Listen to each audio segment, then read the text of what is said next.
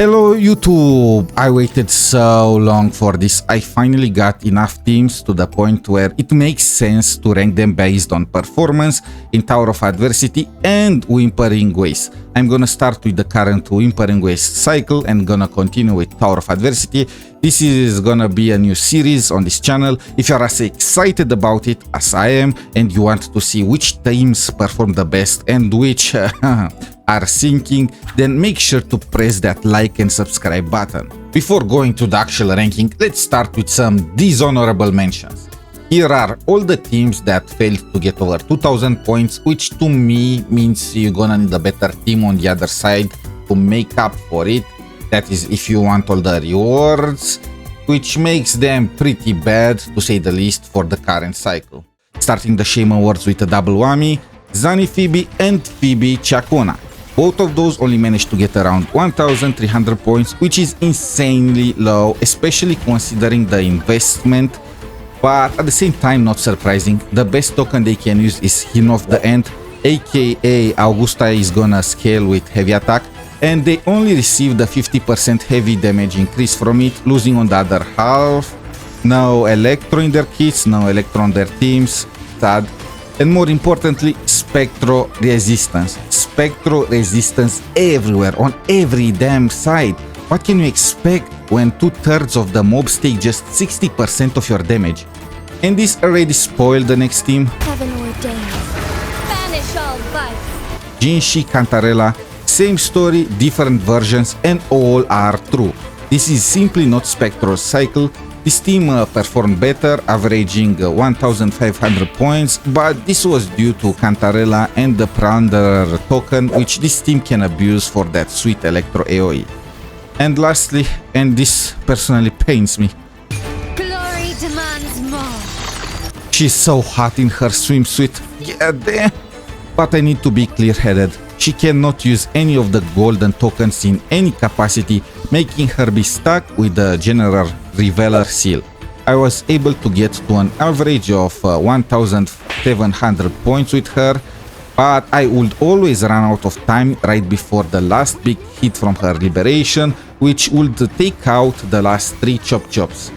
If I were to optimize the rotation better, it is possible I could reach 1900 up to 2000 points, but being able to get to this amount only when the stars align is not something to brag about. And with this out of the way, let's go to our actual ranking. Number 4. True form. Revealed at last. And many probably expected her to take the crown, and on many accounts she probably will. I feel like this is a situation similar with Raiden Shogun in Genshin, where a character is so hype that even F2P players for the most part have her at sequence 2. In this cycle, no gold token has any synergy at all, making her stuck with the General Reveler seal just like Carlota. Despite that, I still managed to get an average of 2500 points on her, which is crazy when you think about it. The biggest issue is, and I'm gonna keep repeating it until it is fixed, Rover. She scatters the damn enemies when using her abilities. She makes me have to take time to chase them around, makes Cartethyia miss some of her skill, and she wastes just time doing all of that. She is anti-Roccia. With me to victory! Not much to say. This team has amazing AoE, fast rotations, and a gold token to abuse. Whispers from the Abyss is insane. It turns Lupa in a tactical weapon, wiping anything moving on the field. The only thing missing is Brand. I don't have him. This is a very big deal because you lose 9% out of your potential 15% fusion shred, and I'm not even going to mention Brand's own damage. You could use Encore instead of him, but I personally am not a big fan of that team due to the lack of healing. Without our Jack Sparrow, I managed to average 2700 points, which is still very respectable, but I think with him, this team would have been the clear number 2 by a wide margin. Not so sure if it could compete with the number 1, because that team just got an insane amount of points. Struggle harder. Entertain me. Nothing beats the classics, and Camellya is the living proof of it. An absolute monster of a character. She What the heck. It is the token.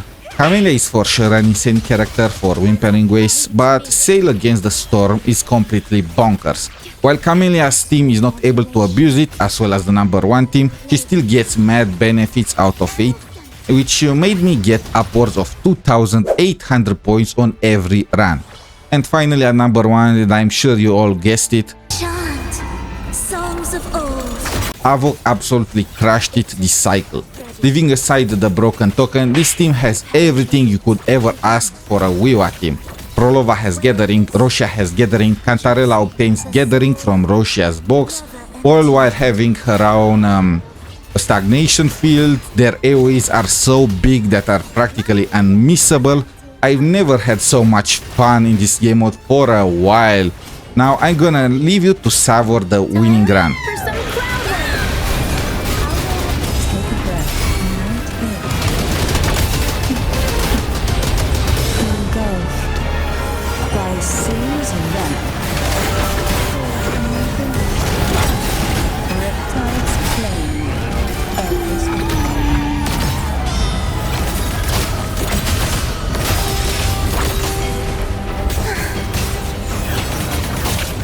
Symphony of life. Cadence, hold.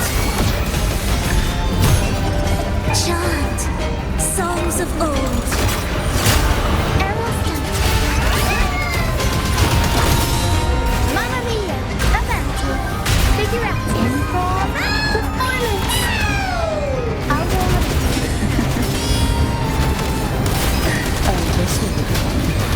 See, in the whispers of silence, to something depths.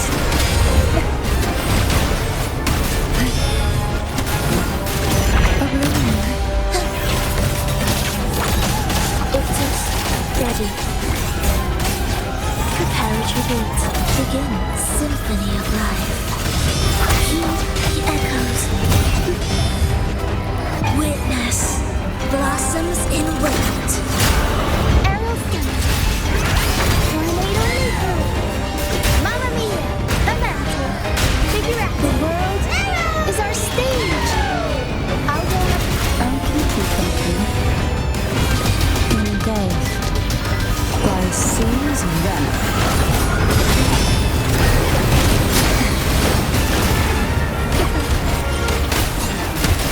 Ensemble. Cadence. Hold.